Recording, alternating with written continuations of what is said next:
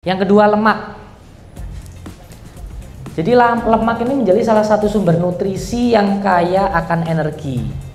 Makanya kenapa pada produk-produk pakan kitten, pada produk makanan mother and baby atau produk-produk recovery pasti lebih berminyak kalau teman-teman buka, terutama yang wet food, atau aromanya lebih menyengat karena adanya asam lemak yang lebih tinggi dibanding makanan untuk adult atau untuk kitten pada umumnya.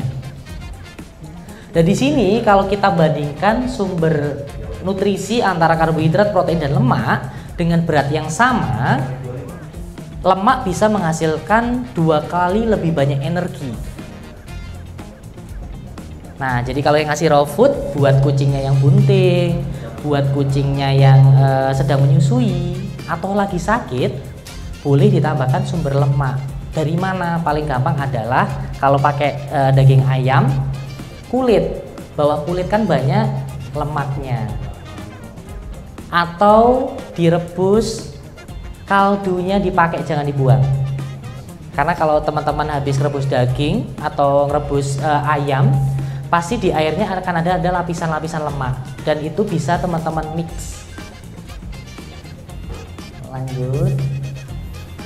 Karbohidrat. Kalau pada manusia, pada anjing, pada hewan lain, karbohidrat menjadi sumber nutrisi utama. Tapi kalau pada kucing nomor 3, karena dia nggak bisa memetabolisme dengan baik, tidak bisa menyimpan dengan baik, sehingga butuhnya hanya sedikit. Glukosa pada kucing didapatkan dari asam amino dan zat pati yang berasal dari pakan. Jadi ketika tubuh kekurangan karbohidrat, kekurangan glukosa, yang dirombak pertama adalah protein dulu. Lantas kenapa sih protein ini penting, harus menjadi perhatian selain dia menjadi sumber energi utama?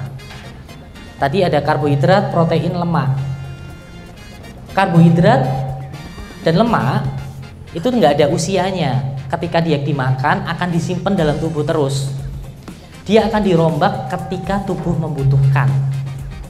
Makanya kalau semisal dia sudah gemuk, makanannya makin banyak, badan makin lebar.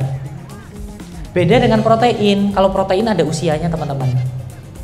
Jadi kalau protein udah kemakan, dia disimpan, pada hari tertentu dia akan dirombak lagi, dibuang, harus ada penggantinya. Makanya kenapa menggemukkan itu lebih cepat dibanding menguruskan. Terus kalau sakit, kurusnya lebih cepat. Karena makan susah, dia akan rombak protein, badan akan lebih cepat menyusut. Kucing sakit sehari 2 hari aja bisa langsung kurus berat badannya karena hal ini. Terus yang keempat ini serat. Serat ini agak sedikit saya garis bawahi, khususnya buat teman-teman yang pelihara BSH.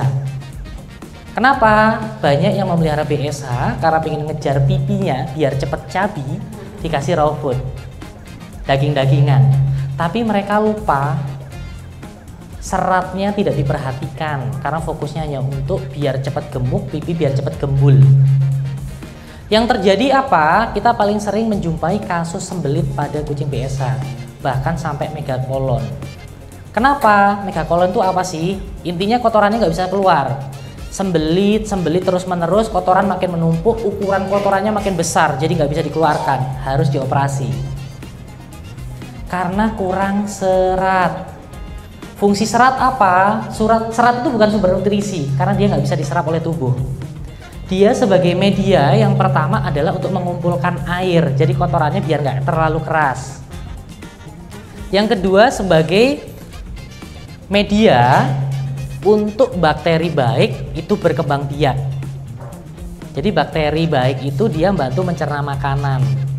Dia juga bisa menghasilkan vitamin-vitamin tertentu yang dibutuhkan oleh tubuh. Sumber serat dari mana? Kalau teman-teman bingung, tinggal beli, ada kok serat yang sintetis, tinggal dicampurkan ke makanannya. Biasanya fiber atau produk-produk bisa dimix atau ditambahkan produk-produk pakan yang tinggi akan fiber. Biasanya produk pakan yang tinggi akan fiber ada 2 jenis. Yang pertama produk-produk untuk kucing-kucing yang sudah disteril, sterilize. Itu kandungan seratnya lebih tinggi karena dia mengharapkan berat badannya ideal, seratnya lebih tinggi, menyebabkan dia lebih cepat kenyang, jadi makannya nggak begitu banyak. Atau produk-produk weight management Atau bisa juga produk pakan yang dia itu diperuntukkan untuk sembelit atau konstipasi. Contohnya apa? Fiber, tapi hanya ada satu produk, itu produknya Royal Canin, gastrointestinal yang fiber. Kalau gastrointestinal saja itu untuk gangguan pencernaan yang diare-diare. Tapi kalau ada tulisannya fiber itu untuk yang sembelit atau diare yang dia netes nggak bisa kekontrol. Kita perlunya produk gastrointestinal yang ada tulisan fiber, karena fungsi dari fiber tadi untuk menangkap air. Harapannya kesimpan di usus lebih lama, air diserap, jadi kotoran lebih berampas.